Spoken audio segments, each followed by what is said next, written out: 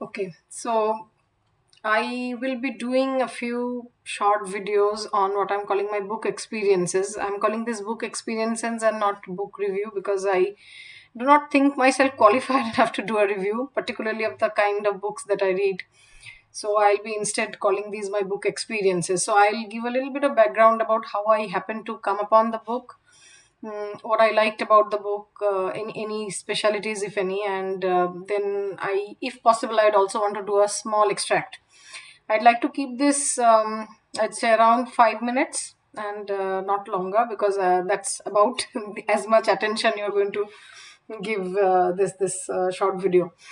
So the book I wanted to talk about is called Malina by Ingeborg Bachmann, and I'm hoping I'm pronouncing her name correctly. So she's an Austrian authoress, and she wrote this in German. This has been translated in English by Philip Boehm. I How did I come upon this book? So I was looking up some other novels on Amazon, and this popped up as a recommendation. So I followed it. I saw that it had got rave reviews. It's supposed to be something of a cult book, right? And so I thought, why not give it a try? So I bought this sometime in May this year, and the first day that I read this book, which was about one third of the book, I read it on the day I got my first COVID shot. So this was sometime in June, and this book is a difficult read. So if any of you want to give this a shot, I'd suggest if you're a serious reader, then only give it a shot, because I mean this is something you really need to sort of at least get past one third, or I would say close to half, before it starts picking up pace. So, and it will read like monologues of a mad woman, right? So that's how this book is structured. These have long sentences, right? You will have a lot of commas but very few full stops. There are hardly any chapters. I think this entire book, it's quite a thick book, as you can see, right? It has about I'd say 3 chapters, 3 to 4 chapters. So this is a difficult reading, and I picked this up when I had the COVID shot. So this kind of a book, that kind of health situation, wasn't a very pleasurable experience, right? And I had basically garaged the book because I have this thing with books, right? If I'm reading a book and I'm not feeling well, or if I'm reading a book and something bad happens, chances are I'll just leave it and pick it up again and then see how it goes, right? And there are a few books that I've abandoned this way also, right, which I've never picked up again. Fortunately for this one, I ran out of stuff to read this weekend, and I thought, why not pick this up? There's also a movie on Movie, and as a principal, I never watch the movie unless I've read the book, right? So I thought, why not finish this? So once I picked this up, of the one third that I'd already read, it was very quick going, right? If I read the blurb at the end of the book, it tells me, it's a part detective novel, part love story, part psychoanalytic case study. Malina is a staggering portrait of a writer trying to tell her own story in a world dominated by men.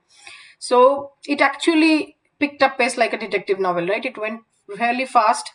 And no, I eventually finished it at 2 a.m. last night.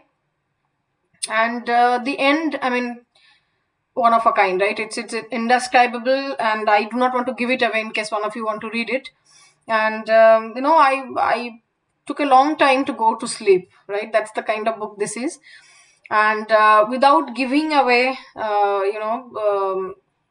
what the novel is about or what the climax would look like, I can tell you that this is a story about a woman. At least it looks like it's written by a woman.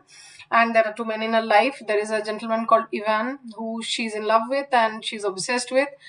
And there's another gentleman who she cohabits with, but she's not romantic with, right? And this gentleman is called Malina. So Malina, the name might be thinking this is a girl, right? But Malina is the guy who she apparently lives with. And basically, one of these three characters, right? The girl, at least the point of view of the author, right? Whoever is writing it, she doesn't get named throughout the novel.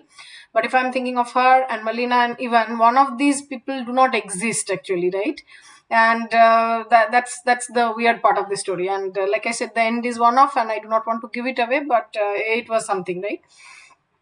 So that's as much as I wanted to talk about the novel. Again, I think it every bit deserves the cult status it has. And before I conclude, I'll do a short excerpt. It's impossible to be unhappy and cry over somebody unless he's already made you thoroughly unhappy to begin with. No one cries over a man after just a few hours, no matter how young or handsome, intelligent or kind. But half a year spent with a full blown blabbermouth, a notorious idiot, a repulsive weakling given to strangest habits, that has broken even strong and rational women, driven them to suicide. Just think, if you will, of Anna Zanetti, who, on account of this lecturer in theatre studies, can you imagine, on account of a theatrical scholar, is said to have swallowed 40 sleeping pills. And I'm sure she's not the only one. He also got her to stop smoking because he couldn't stand the smoke. I don't know whether she had to become a vegetarian or not, but I'm sure some other horrible things happened as well. Now, instead of being glad that this idiot left her, instead of going out the next day and enjoying 20 cigarettes or eating whatever she wanted, she loses her head and tries to kill herself.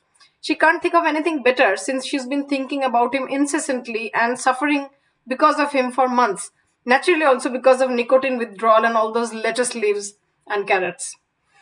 So, with that, I'll bring this book experience to a stop, and I'll check out what the feedback is, right? Whether this is received positively or not, and based on the reaction, I might decide to do a few more. So thank you for your attention, and have a good night.